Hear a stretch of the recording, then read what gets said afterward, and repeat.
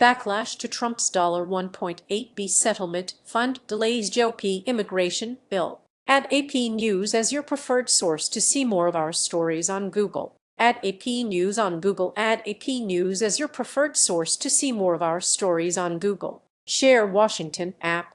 Senate Republicans abruptly left Washington on Thursday without voting on a roughly $70 billion bill to fund immigration enforcement agencies, frustrated with the White House, and at an impasse over whether to try to block a new $1.776 billion settlement fund to compensate Trump allies who believe they have been politically prosecuted. Republicans had already abandoned part of the bill that provided $1 billion in security money for the White House complex and President Donald Trump's ballroom amid backlash from members of their own party. But the settlement announced by the Justice Department this week prompted even more questions, spurring a push to limit the taxpayer dollars that some feared could go to Trump supporters who harmed law enforcement officers in the Jan. 6, 2021 attack on the Capitol. A tense meeting with Acting Attorney General Todd Blanche on Thursday morning to discuss the settlement only heightened the frustration among senators. Soon after it ended,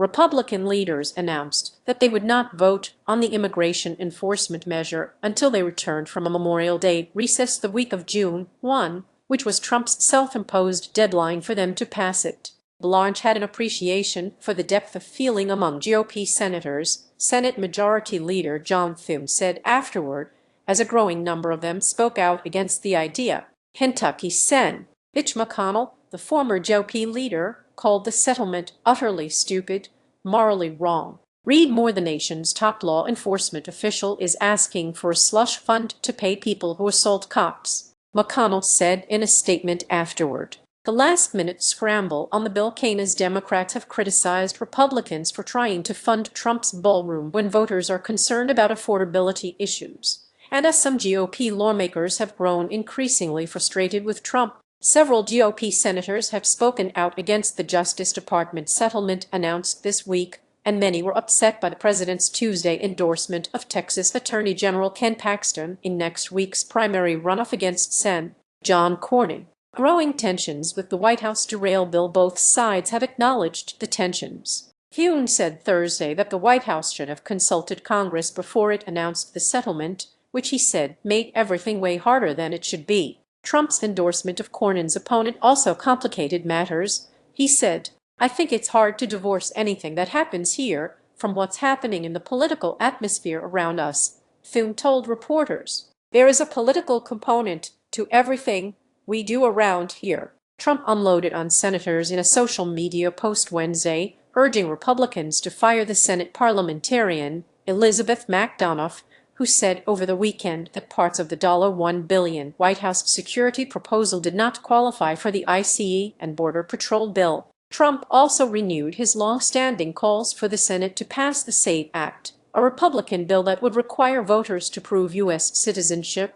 and to end the Senate filibuster. "Republicans need to get smart and tough," Trump said, "or you'll all be looking for a job much sooner than you thought possible." While they have been loyal to Trump on most issues, Senate Republicans have resisted his repeated calls over the years to kill the filibuster, which creates a 60-vote threshold for most bills in the Senate. Asked Thursday at the White House if he was losing control of the Senate, Trump replied, "I really don't know. I can tell you. I only do what's right." Hanging over the growing GOP rift is Trump's surprise endorsement of Paxton. That intervention has Republican senators privately fuming that it could cost them their majority in November, as they view the incumbent, Cornyn, as the stronger candidate. Possible parameters on Trump's settlement: fund the anti-weaponization fund, part of a settlement that resolves Trump's lawsuit against the IRS over the leak of his tax returns, unexpectedly became one of the main complications in the bill after Democrats announced that they would force votes to block it or place restrictions on it.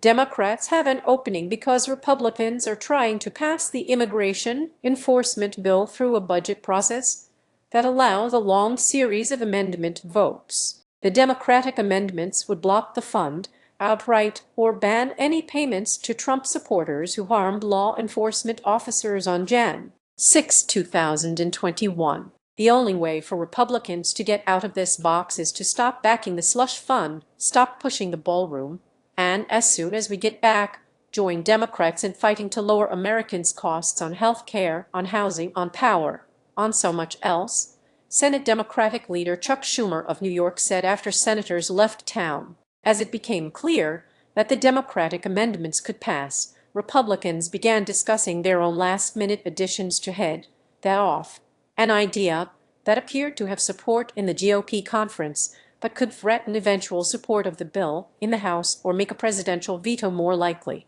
"I think there's reasonable limitations that can be put on it," said Rick Scott, AFLAR, one of Trump's top allies in the Senate. Secret Service request falters under the Secret Service's request. About $220 million would fund security improvements related to the ballroom. The rest would go for a new screening center for visitors, training, and other security measures. After it became clear that Republicans would abandon that proposal, Trump told reporters at the White House on Thursday that "I don't need money for the ballroom," which he had originally said would be paid for with private funds. Still, if Congress doesn't approve the request, he said the White House won't be a very secure place.